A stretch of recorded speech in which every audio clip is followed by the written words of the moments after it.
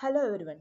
In this video, let us see how to create reusable Apex function, that is Apex invocable functions, which can be used or called from multiple flows.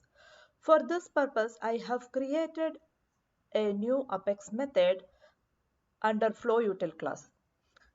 In this FlowUtil class, you can see a doObjectDML operation invocable method, which is accepting a list of flow inputs. So what I am planning to do inside this method is this function or this method can be called from anywhere and it can accept any kind of object, and inside this particular function we are going to do DML operation and exception handling for the inserted records. For this, let me explain you what the parameters and what the response type is.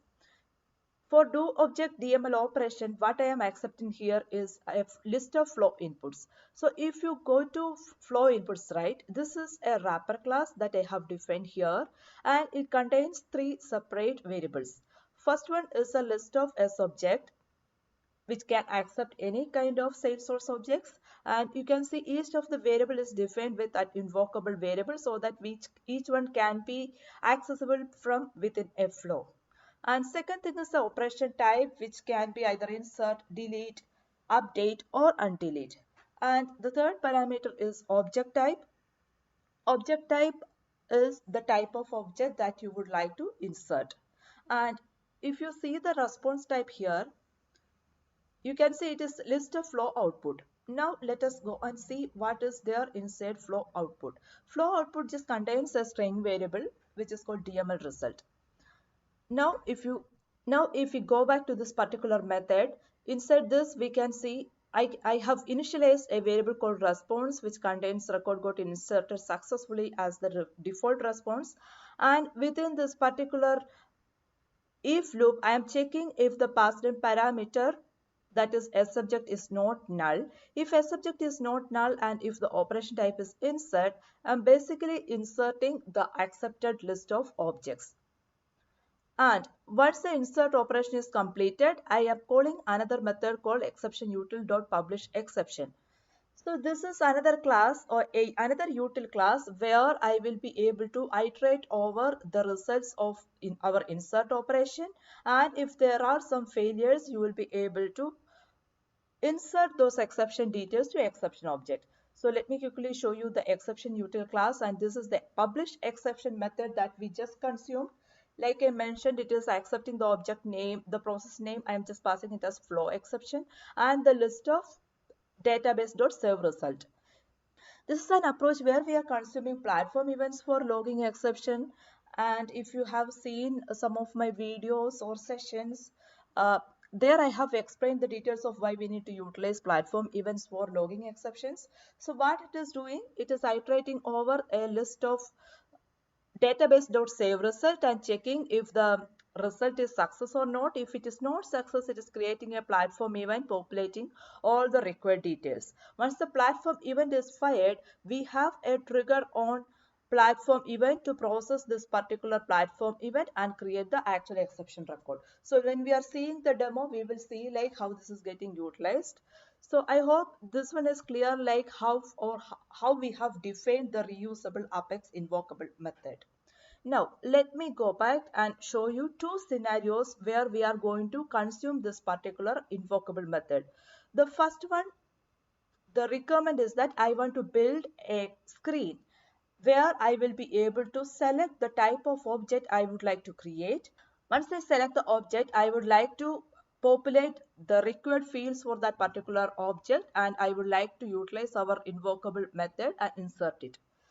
So first let me show you how the expected behavior is. For that, let me go to home. I have added this as a component to my home page. Here you can see there is a select object option. Suppose I am selecting it as account, and when I am clicking on next, it is asking us to input the account name. Let me input it as test demo account. And once I click on next, if the operation is success, it will show us a message like account record got inserted successfully. And the operation is completed. And if we go back to the account,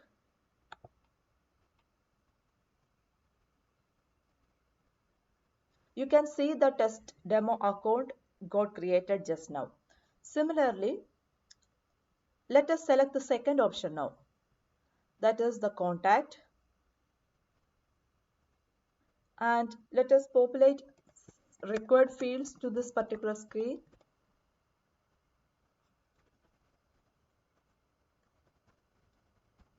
And click on next. Okay, for this particular case, you can see that like the record creation got failed, and you can go to the exception record to see the details.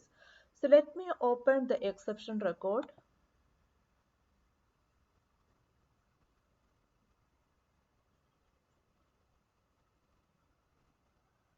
Let me open the latest exception record. Okay, I think this got failed because of duplicate entry.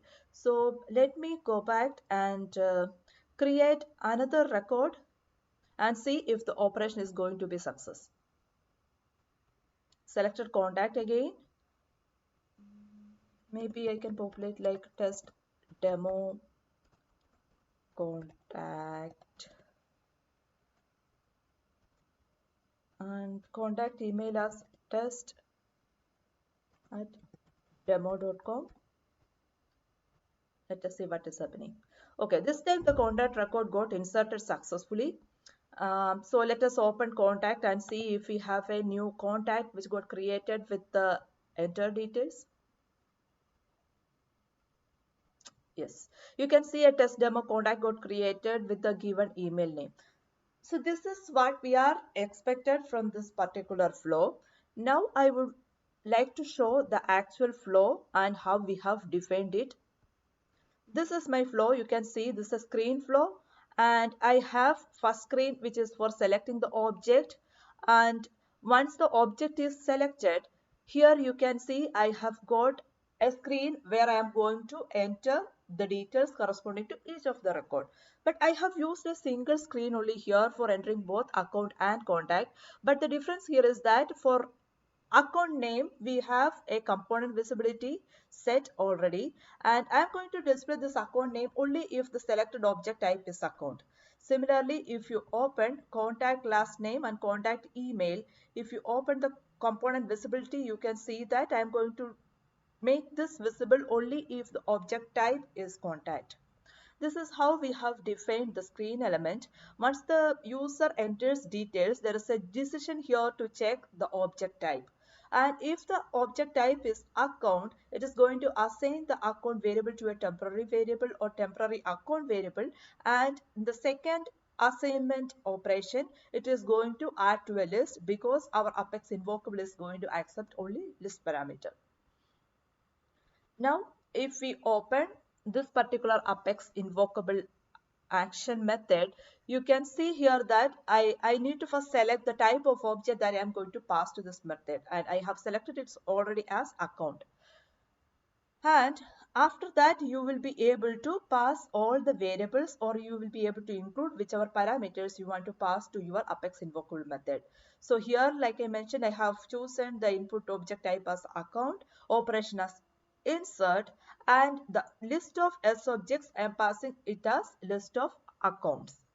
And you will be able to also define to which variable the result should be assigned, which you are going to receive from the particular invocable method. Here I have got a local variable called response to which the DML results will be assigned back. This is how the invocable Apex action is going to work from my flow. Similarly, if you see the contact operation, I'm checking here if it is contact. If so, I am assigning this to a variable which will be added to a contact list, and inside the Apex action, here instead of account we have selected the object type of as contact, and also the operation type insert, and I am passing the contact list as the S object type or S object list. And similar to what we have done before, the response you are the response, that is DML res, that you are assigning to the variable called response. And once the operation is completed, I have got another screen element where I am just going to display the response that we have received from the Apex class. This is how the operation is working, and you can see the same apex action we have reused for two insert operations, which is for account and contact. Now I would like to show you another operation or another scenario where I have reused the same invocable method. My recommend is that when I am creating a new lead, I would like to create a new task and assign that to a marketing rep. For that, let us go to the lead screen.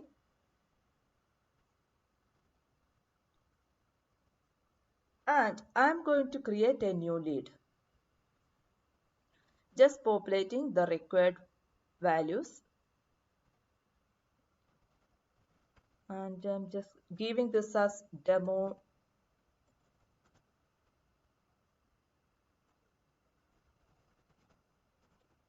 new lead. Company also you can give some dummy value. And the other field that we need to populate is marketing rep. So this is a custom lookup field to user that I have created, and I have a marketing user already which I am going to populate to this particular lookup field. Let us save this. You can see the demo new lead got created, and under activity you can see that we have a new task got created and assigned to the marketing user. This is what expected from our current flow. Now let us go and see how we have utilized the invocable Apex method in this. This is our flow, and this is a record triggered flow where I am going to invoke this flow when a new record is getting created, and this flow will be executed once the record is saved. So basically this is an after insert flow operation. And here I have a decision box to check if the marketing rep field of lead is populated or not. If it is populated in this flow, I am going to create a new task just populating all the required fields. Once this is populated, inside this assignment operation, I am going to add this to a task list so that we can pass this to the Apex invocable action. And here you have the Apex action invocable method where I am going to call the same invoke Apex DML invocable method and setting the object type as task and operation as insert and a subject type as the task record list. This is very simple, and automatically our Apex invocable method is going to handle the insert and exception handling for you. Otherwise, the problem is like if you are going to do the insert operation within your flow, you need to repeat the exception logging mechanism for each and every operation.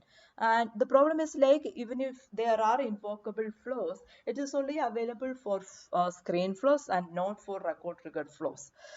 So this is an easy approach by which you will be able to repeatedly call the same action from multiple flows. I hope this video was helpful for you. Thank you so much.